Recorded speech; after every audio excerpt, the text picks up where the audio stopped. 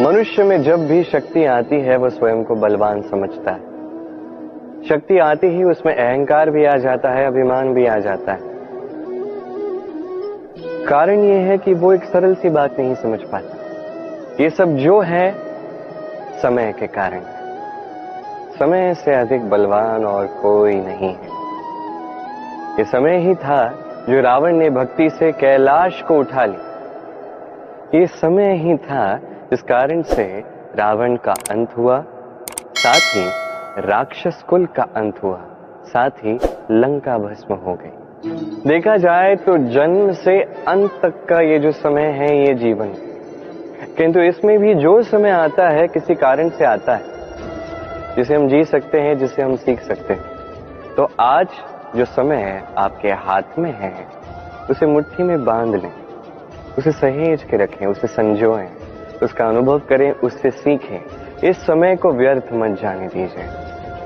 और इतना जान लीजिए कि भविष्य में जो कुछ भी हो सकता है, जो होने वाला है, वो ना तो आप जानते हैं, ना वो आपके वश में है। इसलिए आज अहंकार और अभिमान करके भविष्य का अनर्थ मत कीजिए, स्वयं का अनर्थ मत कीजिए। यही समय का अर्थ है। आइए और मेरे साथ प्रेम से कहिए, राधे राधे। योजना अत्यंत महत्वपूर्ण है हमारे जीवन में, अत्यंत आवश्यक है हमारे जीवन। किंतु योजना कितनी लंबी होनी चाहिए, अर्थात इस योजना के विषय में आपको कितना सोचना चाहिए और कितने आगे के विषय में सोचना चाहिए। दूरदर्शिता अत्यंत श्रेष्ठ गुण है मनुष्य में, किंतु दूर की देखने में इतना मत उलझ जाइए कि निकट क्या है ये आप देख ही ना पाए। आज की छोड़ के आप केवल भविष्य के विषय में सोचते रहते हैं, ये अनुचित है। अब देखिए, योजना बनाइए किंतु उससे अधिक रहिए। इस क्षण का कुछ ज्ञात नहीं और आने वाले वर्षों के विषय में हम सोचते जाते हैं। मैं ये अनुभव करूंगा, ये आनंद प्राप्त करूंगा, वो करूंगा, ये करूंगा, ये अनुचित है। योजित कीजिए, नियोजित कीजिए आज को, वर्तमान को, इस क्षण को। जीवन का वास्तविक आनंद भी यही है, जीवन जीने का सबसे अधिक श्रेष्ठ मार्ग भी यही। आइए और मेरे साथ प्रेम से कहें, राधे राधे। आपत्ति आपको त्रस्त करके रख सकती है, परंतु ये आपत्ति हर एक के जीवन में किसी कारण से होती है। ये आपको दिखाती है कि आपकी क्या कमियां हैं, क्यों है। ये आपत्ति वो माध्यम है जिससे आप अपनी दुर्बलता को सबलता में बदल सकते हैं। किसी पुष्प को ही देखिए, एक पुष्प, उसकी छाती में जब सुई छेद करके पार हो जाती है, तभी तो हमारे प्रभु के लिए फूलों की माला बनती है। इसलिए कभी भी इस आपत्ति से भयभीत मत होइए, इससे दूर मत जाइए, इसका स्वागत कीजिए। समझिए ये आपत्ति क्यों है।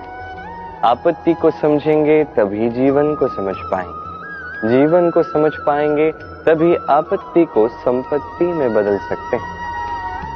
आइए और मेरे साथ प्रेम से कहिए, राधे राधे। पुरुषार्थ, शास्त्रों में 4 पुरुषार्थ बताए गए। पहला है धर्म। तो अब जानते हैं कि ये धर्म क्या है। आपको क्या लगता है धर्म क्या है?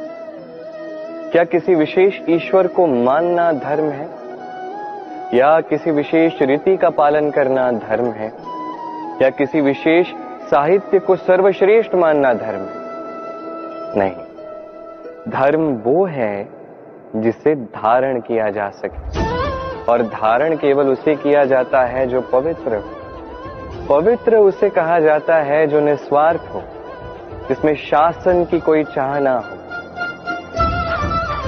जो सहजता से रहता रहे, जलवायु की भांति। जब कोई व्यक्ति धर्म धारण करता है और वो धर्म उस व्यक्ति की रक्षा करता है, तो उसे धर्म कहते हैं। धर्म जो रक्षा करता है अहंकार से, बुरे विचारों से। इसलिए पुरुषार्थ बनने से पूर्व, धर्म का पालन करने से पूर्व धर्म का उचित मर्म क्या है ये समझ लीजिए। जान लीजिए कि हर धर्म का आधार, हर धर्म का मूल केवल प्रेम है। आइए और इसी प्रेम के साथ कहें राधे राधे।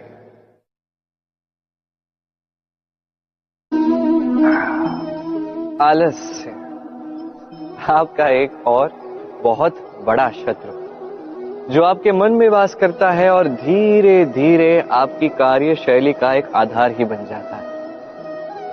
हर कार्य में देरी करना, यह है आलस्य जो सब कुछ नष्ट कर सकता है। ये कार्य आज नहीं हुआ, कोई बात नहीं, कल कर लेंगे। प्रकृति हमें ये नहीं सिखाती। सोचिए यदि सूर्य ये कहने लगे कि कल उदित नहीं होते, कुछ दिनों पश्चात उदित होते हैं, तो क्या होगा? समस्त पृथ्वी का नाश हो जाएगा, है कि नहीं? देखिए, इस आलस्य पे एक बहुत सुंदर कहावत है, आलस्यस्य कुतो विद्या। अर्थात जो आलस करता है उसे विद्या नहीं मिलती, ज्ञान नहीं मिलता। अब जिसके पास ज्ञान नहीं, वो धन अर्जित नहीं कर पाता। उसके जीवन में सुख संसाधनों का अभाव होता है, मित्रों का अभाव होता है। जहां सुख संसाधन नहीं, मित्र नहीं, अपने लोग नहीं, ज्ञान नहीं, वहां आनंद कैसे वास करेगा? इसलिए कहा जाता है जो कर्म करता है वही संसार का कोई भी सुख हो उसे भोग सकता है। तो कर्म कीजिए, समय का सम्मान कीजिए, इस आलस्य पे विजय प्राप्त कीजिए और मेरे साथ प्रेम से कहिए राधे राधे। क्रोध आपके भीतर का एक और शत्रु। ये क्रोध क्या है? आपके मन की एक भावना है जो आप ही के मन में उत्पन्न होती है। ये मन आत्मा से जुड़ा होता है। अब एक भावना जो आत्मा से जुड़ी है, इसे अनुचित क्यों कहा जाता है? समझने का प्रयास कीजिए। क्रोध कभी कभी आवश्यक भी होता है, विशेष रूप से तब जब आप एक उचित पक्ष में खड़े हैं, सामने वाला अधर्म के पक्ष में खड़ा है और वो विनम्रता से ना माने। जिसे श्री राम क्रोधित हुए थे सागर पर, वो उचित है और तब तक उचित है जब तक आप क्रोध को साध सकें। यदि क्रोध आपको साधने लगा तो परिस्थिति कुछ ऐसी हो जाती है। सामने एक व्यक्ति है जिसे क्रोधवश आप हानि पहुंचाना चाहते हैं। आपने एक अंगारा उठाया, अभी अंगारा सामने वाले को हानि पहुंचाने से पूर्व स्वयं आपके हाथ को जलाता है। बस क्रोध यही करता है, सर्वप्रथम आपका नाश करता है, आपका विवेक हर लेता है, आप अपना नियंत्रण खो देते हैं, सब कुछ बिगड़ जाता है। अधिकतर लोग क्रोध में ऐसे निर्णय लेते हैं जो उन्हीं के विनाश का कारण बनते हैं। अब कुछ लोग कहते हैं कि हमारे जीवन में इतनी पीड़ा है, इतने संकट है कि क्रोध आ ही जाता है।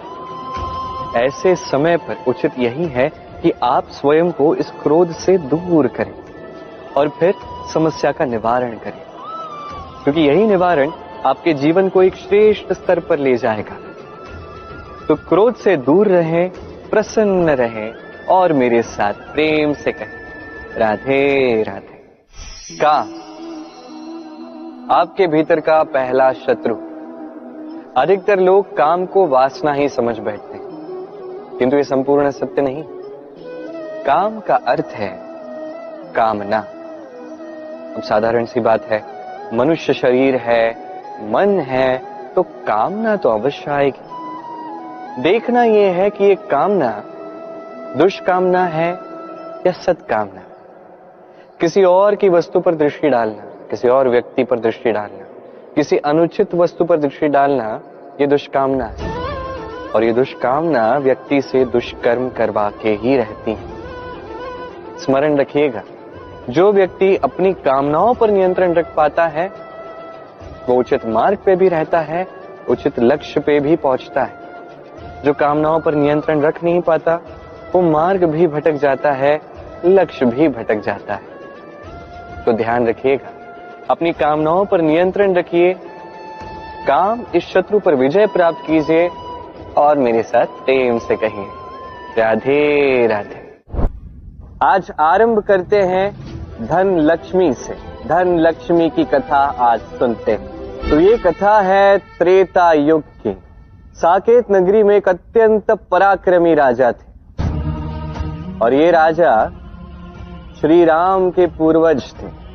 इस पराक्रमी राजा का नाम त्रिशंकु था। हुआ कुछ ऐसा कि ऋषि विश्वामित्र और ऋषि वशिष्ठ इन दोनों में युद्ध हुआ। अब ऋषि वशिष्ठ ने राजा त्रिशंकु से सहायता ली और इस युद्ध में विजय प्राप्त कर ली।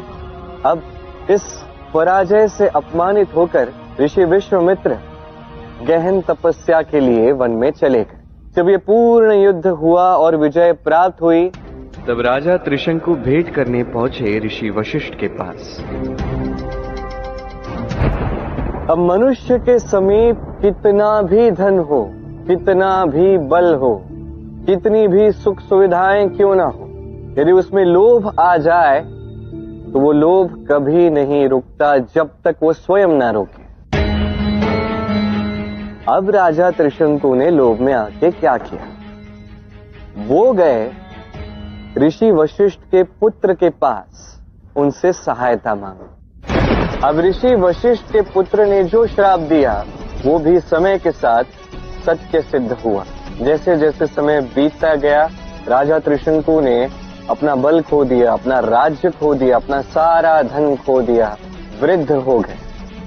सब कुछ खोने के पश्चात वो ऐसे ही वन में एक दिन भटक रहे थे कि उन्हें तपस्या करते हुए ऋषि विश्वामित्र दिखे। वो तुरंत ही उनके पास गए, उन्होंने उनके चरण पकड़ लिए, उनसे विनती की कि कृपा करके ऋषि वशिष्ठ और उनके पुत्र के श्राप से उन्हें मुक्त किया जाए। अब ऋषि वशिष्ठ का नाम सुनते ही वो अपमानजनक पराजय उन्हें स्मरण आ गई और अब ऋषि विश्वामित्र को अपने प्रतिद्वंदी से प्रतिशोध लेने का अवसर मिल चुका था।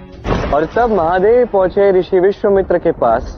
उन्होंने उनसे बात की, उन्हें समझाया। अब जो लोभी होते हैं और स्वयं के लोभ को वो स्वयं नहीं रोकते हैं, उनके साथ कुछ ऐसा ही होता है जैसे राजा त्रिशंकु के साथ हुआ। न स्वर्ग में स्थान मिला और अपना स्थान तो उनसे छूट ही गए। कुछ ऐसा ही है राजा त्रिशंकु का स्वर्ग अवश्य मिला, किंतु इसका क्या लाभ है, वो स्वर्ग में पहुंचे भी नहीं, वो बीच में ही अटके रहे, वो भी उल्टे। क्या ऐसा स्वर्ग कोई पाना भी चाहेगा? ये सब होता है लोभ के कारण। जो मनुष्य लोभ करता है उसे इसी प्रकार कोई सुख प्राप्त नहीं होता। वरदान का दुरुपयोग किया जाए तो वो भी अभिशाप बन जाता है। ये स्वर्ग का सुख धन संपदा है ही नहीं, ये तो परम शांति है। मनुष्य जब ये देह त्याग देता है तो निश्चित रूप से कोई धन या सुख संसाधनों से उसे शांति नहीं मिलती। यदि आज के समय की बात की जाए, हर एक मनुष्य जो पृथ्वी पर है उसके लिए वास्तविक धन संपदा केवल उसका परिवार और प्रेम है। और जो भी व्यक्ति धन लक्ष्मी का ये उचित अर्थ समझ जाता है, निश्चित रूप से उसे उसके जीवन में उसके परिवार से प्रेम मिलता है, उसके प्रियजनों से प्रेम मिलता है और कभी उसके जीवन में, उसके घर में दरिद्रता वास नहीं करती।